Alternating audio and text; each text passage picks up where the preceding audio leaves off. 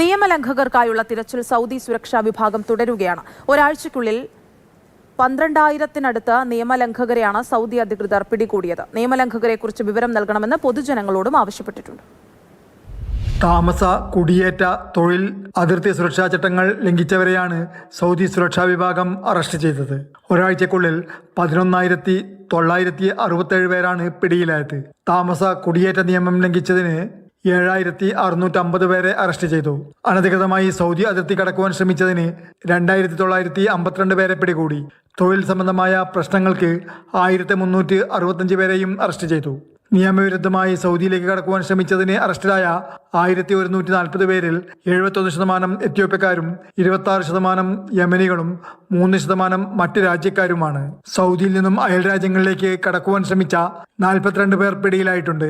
നിയമലംഘകരെ കൊണ്ടുപോകുന്നതിലും പാർപ്പിച്ചതിലും പങ്കാളിയായതിന് 17 പേരെ അറസ്റ്റ് ചെയ്തു.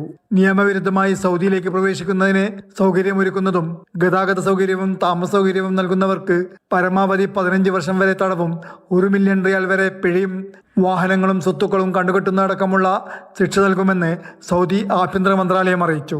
സംശയാസ്പദമായ നിയമലംഘനങ്ങൾ ശ്രദ്ധയിൽപ്പെടുന്നവർ മക്ക, റിയാദ് മേഖലയിൽ 911 എന്ന ടോൾ ഫ്രീ നമ്പറിലും രാജ്യത്തിന്റെ മറ്റ് പ്രദേശങ്ങളിൽ 999-996 എന്ന നമ്പറുകളിലും റിപ്പോർട്ട് ചെയ്യാവുന്നതാണ്. Jafar Ali, Palakkode, Mathrubhumi news, Riyadh.